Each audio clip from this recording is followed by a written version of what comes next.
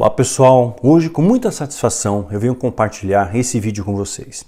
Foi algo que Deus falou nessa madrugada comigo de maneira muito forte, muito intensa, e eu preciso partilhar isso com vocês. Normalmente quando Deus fala alguma coisa para mim, e é muito mais particular, eu guardo para mim, guardo para minha esposa, né? Guardamos para nós. Mas hoje eu quero ousar dividir com vocês aquilo que Deus trouxe para nós. Eu quero partilhar isso com você, porque é algo extraordinário, é algo tremendo, é algo maravilhoso. Eu não tenho palavras para expressar, né?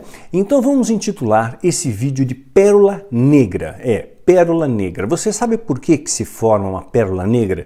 Como que ela se forma e por que as pérolas negras são raras? Pérola negra, ela é rara porque ela causa uma dor tamanha à ostra, uma dor tão grande, tão intensa, tão profunda, né, que a ostra morre para gerar uma pérola negra. É necessário que ela morra para que nasça algo raro, né, que é a pérola negra. Então nós vamos intitular esse vídeo de Pérola Negra, que vai simbolizar aqui o sacrifício majoritário que Jesus fez na cruz, né? Ele teve que morrer para que nós possamos viver, não é assim? Então, hoje nós vamos começar a conversar sobre um assunto bem interessante. Como já dizia William Shakespeare, frase de Shakespeare, não é frase do Daniel, tá? O Shakespeare diz o seguinte: o inferno está vazio, porque os demônios estão todos aqui. E isso, em grande parte, é verdade, né? Antes de iniciar, eu quero rapidamente trazer um breve esclarecimento a vocês. As pessoas ficam me escrevendo e me perguntando a ordem de leitura dos livros. Gente, esse livro aqui, A História de Mitre, publicado pela Editora Planeta, pelo selo Pórtico, você acha em qualquer lugar, qualquer livraria, qualquer site de compra, tá bom? Então esse livro aqui, ele independe de todas as minhas demais literaturas. Você não precisa ler antes a série Filho do Fogo, ou Quilaim, algum livro de estudo, para chegar nele. É uma história independente, tá? É uma história muito diferente, passada na década de 50, tem o Beverly Hills como pano de fundo, História de Mitre, né? Tá bombando esse livro aqui, tá? Garanta logo o seu, tá bom? Tem livros também que não dependem de você ler os demais, tá? Táticas de Guerra. É um manual de batalha espiritual. Quer aprender o básico de batalha espiritual? Tá aqui, o básico tá aqui, o essencial está aqui, tá bom? Outro livro de estudo nosso, Alerta Geral, Cura e Restauração do Corpo, publicado pela editora Ágape, né? Novo Século Ágape, vai falar sobre libertação, sobre cura interior à luz da Bíblia, e também é uma parte médica aqui, escrito pela minha esposa, que é formada pela USP, tá? Em medicina. Livro de missões, você não precisa ler os outros também. Missões, estratégias de missiologia, de você alcançar as pessoas, é colocar em prática o ID, né? Nós temos aqui também Rastros do Oculto, outro livro, onde você vai conhecer a história do diabo e a sua influência na história. Muito interessante, fala de portais dimensionais, espíritos territoriais, você vai entender um pouco melhor essa questão dos selados e tudo mais, tá? Rastros do Oculto, robusto, ó, grossinho, né? Então, esses daí são livros de estudo, eles independem, e a História de Mitre também independe. Agora, os livros que estão interligados, Quilaim, você lê o Quilaim, você tem que continuar a ler a sequência dele. Qual que vem depois de Quilaim? Vem a Nefilim, né? Segundo livro da trilogia, Nefilim, né? E ele finaliza com Icarim, tá bom? Olha a grossura do negócio, mas ele é rapidinho porque é uma leitura dinâmica, tá? Vai te expandir os seus horizontes. Então essa trilogia aqui, Quilaim, Nefilim e Icarim, ela não conflita com a série da Filho do Fogo. Não tem nada a ver uma coisa com a outra, são histórias diferentes, tá? Você pode ler Filho do Fogo e pode ou não ler Filho do Fogo e ler a trilogia Quilaim, não se conflitam. Mas em determinados momentos, quem leu a série Filho do Fogo vai entender ainda melhor a trilogia Quilaim, tá bom? Então a série Filho do Fogo foi modificada as capas pela editora Novo Século Ágape. No entanto, o conteúdo é o mesmo, tá? Isso é sempre importante pontuar. O conteúdo é o mesmo. Então, nova capa de Filho do Fogo, volume 1, tá bom? Isso aqui é a primeira capa, Semente do Mal, né? E agora ele vem numerado, número 1. Né? Número 2, eles colocaram Descortinar da Alta Magia, número 2, tá? Então equivale ao Filho do Fogo número 2, capa nova. Né? Capa número 3 equivale a Guerreiros da Luz, volume 1, né? Livro 3, tá aqui, ó, livro 3, tá vendo? Né? Então facilita você para poder adquirir, né? Filho, aqui ó, o treinamento continua, equivale ao Guerreiros da Luz, volume 2, mesmo conteúdo. E aqui também está numerado, ó, livro 4, tá bom? Né? Eles ainda não fizeram a capa de Voz do que Clama no Deserto. Foi laureado, ó, com o Prêmio Areté. Então, se você começar por esse, você vai se atrapalhar todo. Então, tem que ler na ordem. Eu sugeri para o meu editor fazer uma capa por cima dessa capa, que ele estava esperando acabar a edição, para ir fazer capas novas. Eu falei, não, vamos fazer o seguinte, põe a capa nova já por cima dessa capa. Fica com 2 capas. Eu achei livros assim em livrarias, eu achei uma ideia extraordinária. O meu editor disse que vai trabalhar nisso. Então, em breve, capa nova, tá? Para Voz do que Clama no Deserto, volume 1. Voz do que Clama no Deserto, volume 2, tá bom? Também, selinho Areté, ganhou prêmio literário. E esse daqui, né, Catedral das Sombras, finaliza a série, tá bom? Série Filho do Fogo, 7 livros, então. Explicado e dado esse rápido aviso, vamos então ao que interessa, não é verdade? Então, vamos lá. Vamos começar pelo profeta Ezequiel. Profeta Ezequiel. Ele vai nos contar uma coisa muito interessante, eu sei que muitos de vocês já sabem, mas talvez você agora veja além da letra.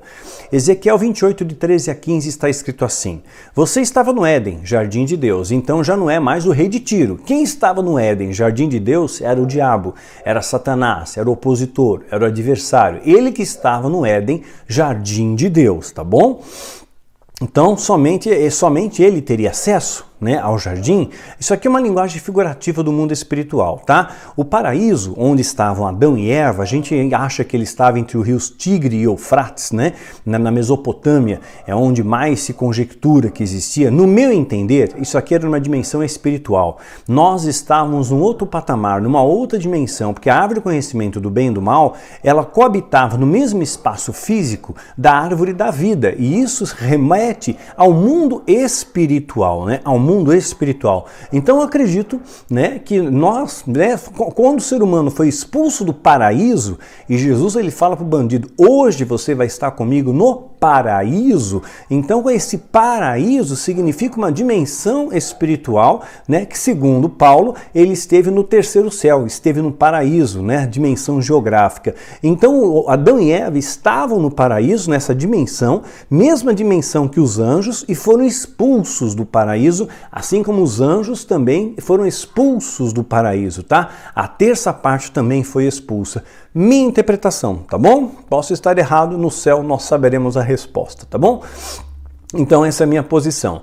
Então você às vezes não tem essa impressão de que você não é daqui? Você já parou para pensar nisso? E eu penso nisso o tempo todo. Mas, Senhor, esse mundo não me pertence, eu não sou daqui, né? Você já sonhou com algumas coisas diferentes, coisas assim que você nunca viu, e de repente você sonha, e você tem uma lembrança que parece que você nunca viveu aquela lembrança, né? Será que não são lembranças lá do céu, onde você veio antes, né? Então Adão e Eva foram expulsos do paraíso, local onde Jesus também diria que o bandido iria com ele, no paraíso, né? Então o céu é o paraíso, né? Então talvez Adão e Eva, ao ser expulsos do paraíso, nós poderíamos dizer que eles também foram expulsos de uma esfera ou de uma área do céu, reservada ali aos homens. Inferência minha, tá bom? Eu estou usando hoje abrir um pouco mais o leque de informações, tá? Todas as pedras, aí ele continua, né? Todas as pedras preciosas te enfeitavam, era sua cobertura. Então, tá falando para Satanás, falando para Lúcifer, o portador de luz, né? Ó, sárdio, topázio e diamante, vai formar um ciclo, tá vendo? Fecha, e diamante, fechou um bloco. E aí ele continua, berilo, ônix e jaspe, segundo bloco. Formamos um segundo bloco aqui, né? Safira, carbúnculo é um rubi, né? O rubi, existe uma diferença do carbúnculo e do rubi. O rubi comum, ele é uma cor assim, quase um rosa claro, né? É um rosa, um vermelho quase por tom de rosa, clarinho.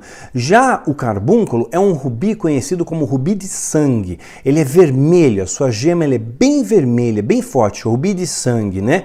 Então ele recebeu carbúnculo, né, e recebeu esmeralda, esmeralda. Fechou outro ciclo aqui. Então Satanás recebeu 3 blocos de pedras, 9 pedras. Por isso que ele absorve essa questão número 9 no satanismo até nos dias de hoje, né? Então repare que essas pedras estão separadas em ordem, são 3 séries, né? Então aí continua. Seus engastes e guarnições eram feitos de ouro. Tudo foi preparado no dia em que foste criado. Tudo foi preparado, né? Era como o pai e a mãe esperando um bebê. Prepararam o quarto, prepararam o berço, prepararam as coisinhas. Tudo foi preparado no dia em que ele foi criado, né?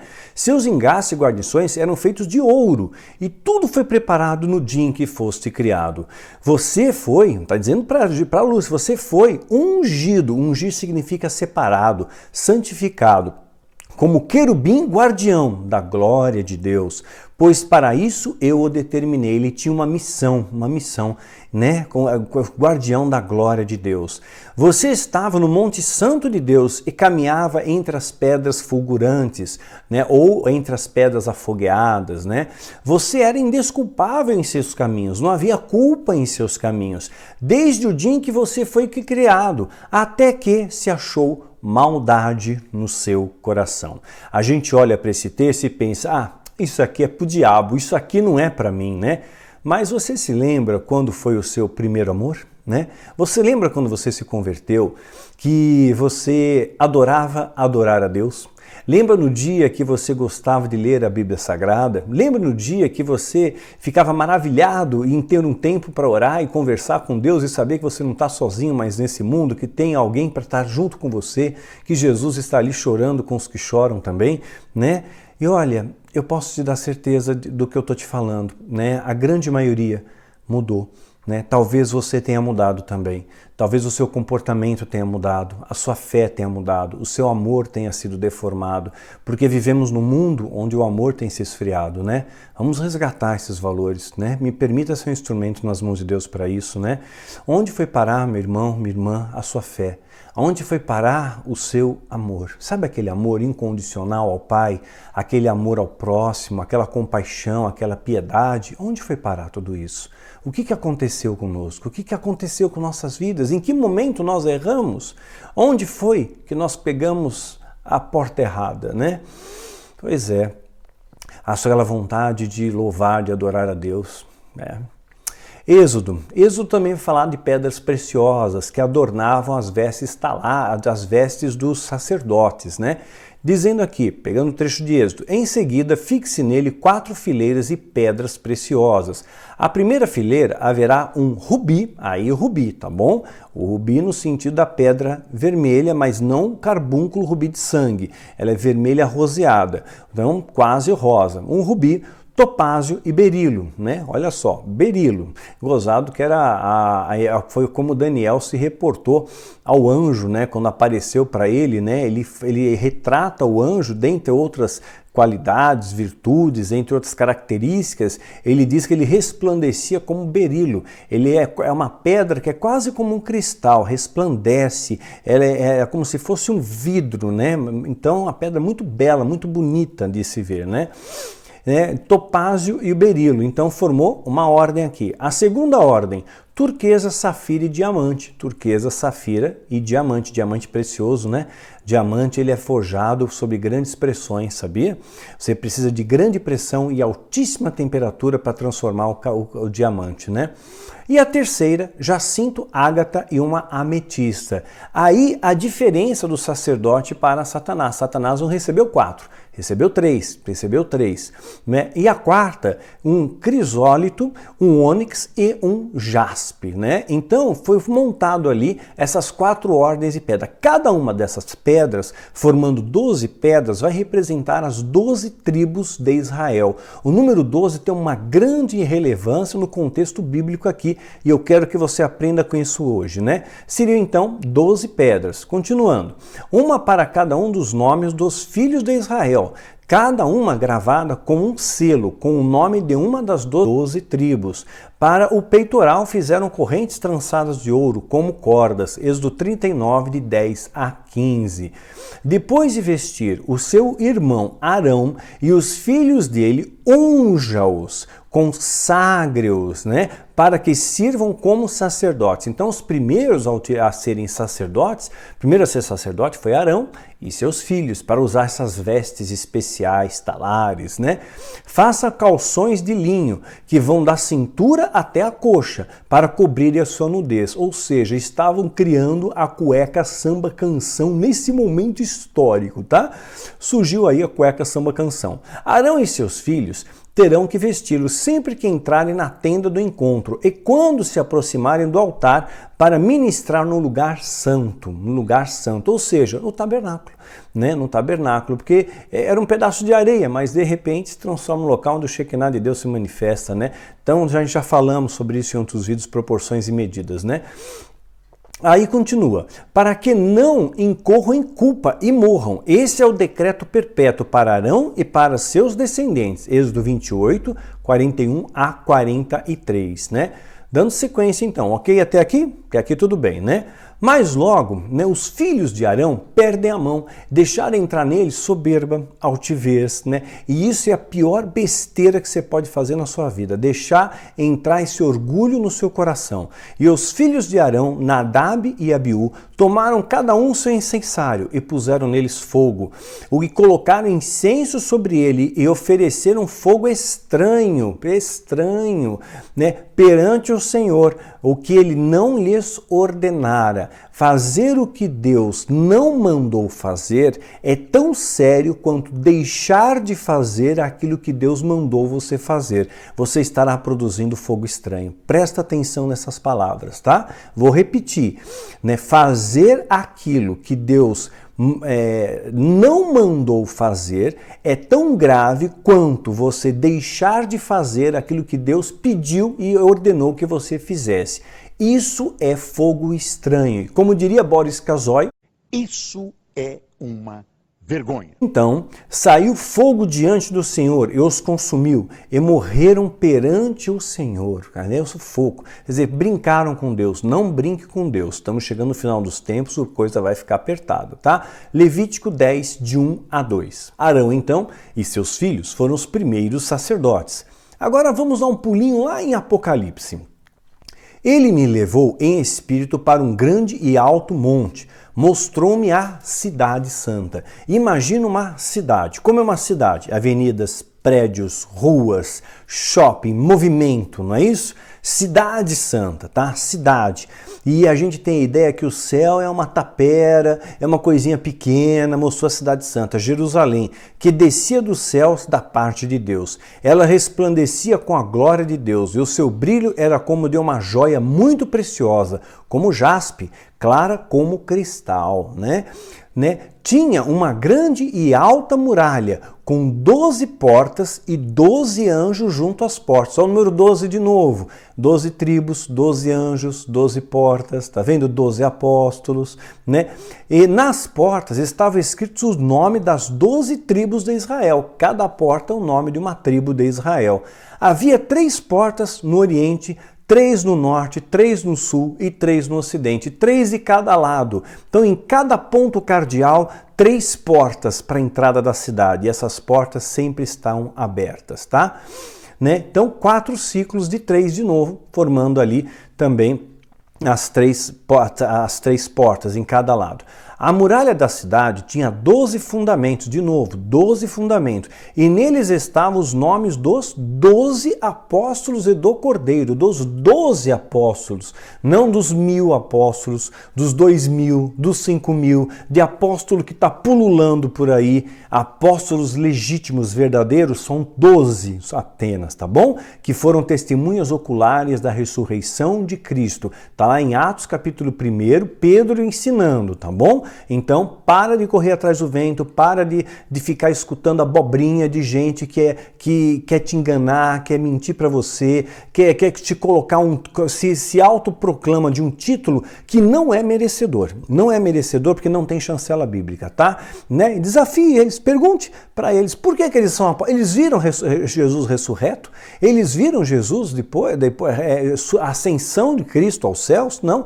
É necessário que sejam testemunhas oculares da ressurreição. Pedro fala, está no capítulo 1 do livro de Atos, tá? Presta atenção, e Pedro era o chefe da igreja, tá? Ele falou com autoridade. O anjo que falava comigo tinha como medida uma vara feita de ouro para medir a cidade, suas portas e os seus muros. A cidade era quadrangular, de comprimento e larguras iguais. Ele mediu a cidade com a vara e tinha 2.200 quilômetros de comprimento, né? Então, você tem ideia dessa distância? 2.200 quilômetros de comprimento. A distância de São Paulo a Fortaleza dá mais ou menos isso, dá um pouco menos, na verdade. 2.200 a São Paulo a Fortaleza. Você tem que atravessar todo o estado de São Paulo, atravessa todo o estado de Minas, para depois chegar em Fortaleza. Quer dizer, isso aqui falando de uma cidadinha, uma cidade, né? Uma cidade, mas há outras mais, muito mais, né? Então, olha só, é uma coisa grande, grandes proporções. A largura e a altura eram iguais ao comprimento. Ele mediu a muralha e deu 65 metros de espessura, segundo a medida humana. 65 metros de espessura, uma muralha. Tem ideia do que é isso, né? Segundo medida humana. Ele está se pautando na medida humana aqui para que pudesse ser compreendida por nós, né? Então, ou seja, existe uma outra medida que não é humana, uma medida espiritual, que calcula de outra forma, que pensa de outra forma, que chega a outros valores, tá bom? A outros números. Segundo a medida humana que o anjo estava usando. A muralha era feita de jaspe e a cidade de ouro puro, semelhante a vidro puro, né? Os fundamentos dos muros da cidade eram ornamentados com toda sorte de pedras preciosas. O primeiro fundamento era ornamentado com as pedras que a gente já está acostumado. O primeiro ornamento era com jaspe. O segundo, safira, o terceiro, calcedônia, o quarto, esmeralda, o quinto, sardônio, o sexto, sárdio, o sétimo, crisólito, o oitavo, berilo, o nono, topázio, o décimo, crisópraso, e o 11º jacíncio e o 12º ametista. 12, de novo, 12. E estão as pedras aqui, as pedras que estão no céu. Vamos fazer uma comparação? Então essas 12 portas eram feitas por pérolas, cada uma dessas portas feita por pérolas. Cada porta feita de uma única pérola, e nós já sabemos que para gerar uma pérola ocorre o quê? Sofrimento. O sofrimento muitas vezes de Deus, de ver a humanidade do jeito que está, de ver a sua igreja sendo desleixada do jeito que está, fazendo as coisas mais ou menos do jeito que está. Sofrimento. Para gerar uma pérola, gera sofrimento. Ostras felizes não produzem pérolas, né? A rua principal da cidade era de ouro puro, como vidro transparente. Não vi templo algum na cidade, pois o Senhor, Deus Todo-Poderoso, e o Cordeiro são o templo, ou seja, Deus não está nos tijolos, tá? Tá bom? Entrar numa igreja não te faz um cristão, como entrar numa garagem não te faz um carro, como entrar no McDonald's não faz você virar um Big Mac, né? Simples assim. Então, onde 2 ou 3 estiverem reunidos, Deus estará com você. Veja o vídeo nosso, Igreja Doméstica de Volta para Casa, vai te dar uma dica, tá bom? Não vi templo algum, pois o Senhor Todo-Poderoso era o Cordeiro, são o templo, né? Jesus tabernaculou em nós, né? Deus não habita em templos, mas em corações, tá? A cidade não precisa de sol nem de lua para brilhar sobre ela, pois a glória de Deus ilumina e o Cordeiro é a sua candeia. As nações andarão em sua luz e os reis da terra lhe trarão a sua glória. Apocalipse 21, de 10 a 24. Então os sacerdotes usavam as pedras para adornar as suas vestes. 12. E nós vimos o número 12 muito presente também no mundo espiritual. Quais pedras eram comuns entre Lúcifer e o sacerdote? Você já parou para fazer essa comparação? O que que Lúcifer recebeu de Deus e o que o sacerdote recebeu de Deus? Uma das pedras que eram comuns para ambos era o topázio. E o topázio ele tem uma cor azul celeste. Quem leu a trilogia Quilaim vai entender o que eu estou falando, tá? Era como se Deus dissesse para o diabo, eu vou estar te dando essa pedra aqui, para que você se lembre de onde você veio. Não importa por onde você vá, não importa o caminho que você siga, mas eu quero que você leve essa pedra memorial para que você se lembre sempre de onde você veio. E entregou para ele. Então ele ganhou um topázio, que tem a cor azul celeste. Os judeus consideram uma pedra que representa os céus, né? Quem lê a trilogia Quilaim vai entender. Então lê lá que você vai entender melhor. Depois ele ganhou também diamante, né? Em comum com os sacerdotes, ele também ganhou o diamante. E o diamante, para ser forjado, o diamante e o carvão têm o mesmo, são abundantes em carbono, né? Então se você pressionar muito o carvão e alta pressão e alta temperatura, o carvão pode se transformar num diamante, né? Então é possível isso acontecer. Então aquilo que é negro, aquilo que é escuro, de repente pode se transformar em algo belo, lapidado, polido, pode ser um diamante, né? Valioso. Berilo, como cristal. Berilo é algo como cristal. O brilho que o anjo, do anjo que Daniel viu, era o mesmo brilho que Satanás tinha. Por quê? Era da mesma patente, é um querubim. Por isso que há um querubim com espada de fogo tomando conta da árvore da vida, né? Porque ainda estão em guerra, estamos em guerra, estamos em guerra. Quer você acredite, quer não, nós estamos em guerra. Outra pedra que Satanás recebeu foi o ônix. Ele recebeu também jaspe, safira. Safira todos tinham, tá? Os sacerdotes tinham, Satanás tinha, e tem uma pedra citada lá nos céus também. E ganhou também esmeralda, sárdio. Sárdio é uma pedra que somente Satanás recebeu, somente Lúcifer recebeu e está no céu. Representa a tribo de Judá. Curioso, né? Jesus é o leão da tribo de Judá. E o sárdio representa a tribo de Judá. Mas foi uma pedra que Lúcifer ganhou e somente ele ganhou. Essa pedra não foi dada aos sacerdotes, foi dada para Lúcifer. É a única pedra que Lúcifer tem, que os sacerdotes não têm e que somente existe no céu e que representa a tribo de Levi. Algo está acontecendo aqui, até rimou, né? Um dos seus símbolos é associado também ao coração, um dos símbolos, né, dessa pedra também é associado ao coração, aos sentimentos, né? Então, todos eles têm, algo em comum entre todos eles, é a safira, o jaspe, topázio, que é o azul celeste, né? O berilo, lembrando que a cor e o brilho lembram do anjo, né? Aquele querubim como um cristal, e pedras que somente os sacerdotes possuíam. Eles possuíam o rubi, lembrando aquele rubi que é mais claro, né? Um vermelho mais claro, mais por rosa, a turquesa, que é um azul esverdeado, e a ágata, que eles tinham em comum os sacerdotes com o céu. O que eles tinham em comum? O sacerdote tinha e no céu tinha crisólito, berilo, topázio, jacinto, ametista, safira e jaspe. Então existem algumas pedras que só os sacerdotes tinham, outras os sacerdotes tinham, Lúcifer também tinham, outras todos eles tinham, algumas somente os sacerdotes possuíam, outras somente Lúcifer possuía e outras somente o céu possuía, né? Uma coisa interessante é essa distribuição. Há um motivo para isso, há um propósito para isso. Eu não vou te dar coisa mastigada, eu vou deixar você pesquisar, tá bom? Quais pedras somente no céu existiam, ou seja, ninguém recebeu essas pedras. Os sacerdotes não receberam, Lúcifer não recebeu, ninguém recebeu, mas essas pedras estão lá no céu adornando a cidade santa, né?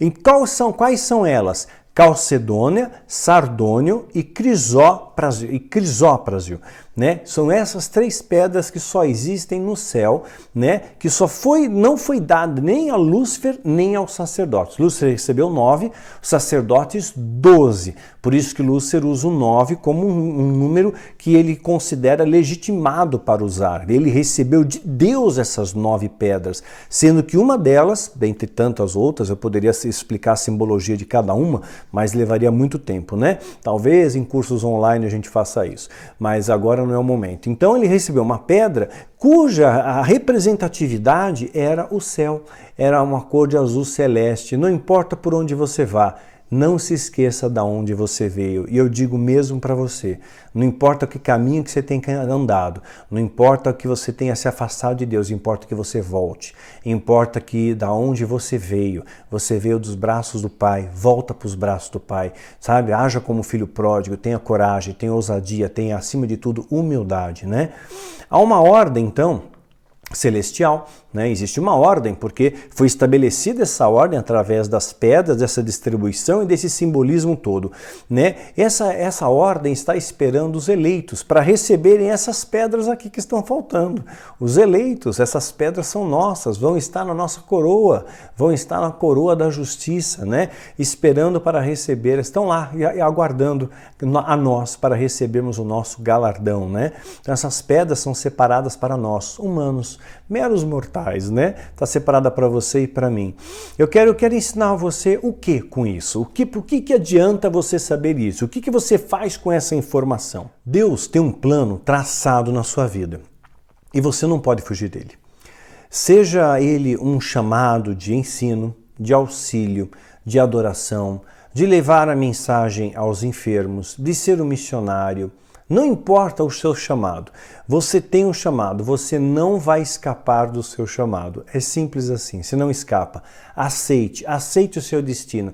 Vai trazer dor? Vai trazer dor. Vai trazer sofrimento? Sim. Vai trazer perseguição? Claro. Vai ser odiado pelas pessoas? Vai. Jesus já disse que isso aconteceria, mas você vai transformar as suas lágrimas em pérolas. Você vai transformar as suas experiências em propósito. Você vai transformar algo muito valioso. Talvez você produza até mesmo uma pérola rara, uma pérola negra. Não negro no sentido de obscuro, de trevas, mas negra no sentido de tal sofrimento que você é capaz de dar a vida por Cristo, né? A vida por Cristo. Será que você ama Ele a esse ponto? E volte para o primeiro amor. Volte. Para onde você está andando? Que caminho você está seguindo? Você está se desviando dos valores de Deus. E Deus, Ele quer trazer você de volta para Ele.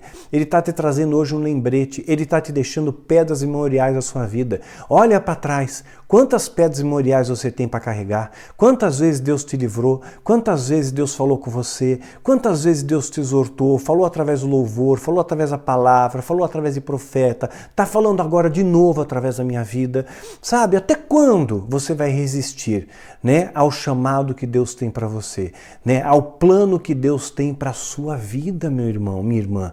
Me escuta o que eu estou falando. Deus tem pedras memoriais para você e tem pedras guardadas lá no céu, esperando você chegar para adornarem a sua coroa. Mas para isso você tem que cumprir a sua missão na terra, né? Missão dada, missão cumprida. Você tem uma missão. E como eu sei a minha missão? Orando, jejuando, buscando a palavra de verdade, pura, genuína, não fazendo pacto com lobos, não pactuando com esse sistema corrupto, religioso, medíocre, né? Mas sim buscando a Deus de todo o seu coração, de toda a sua força, de todo o seu entendimento. Se renda a Ele, né?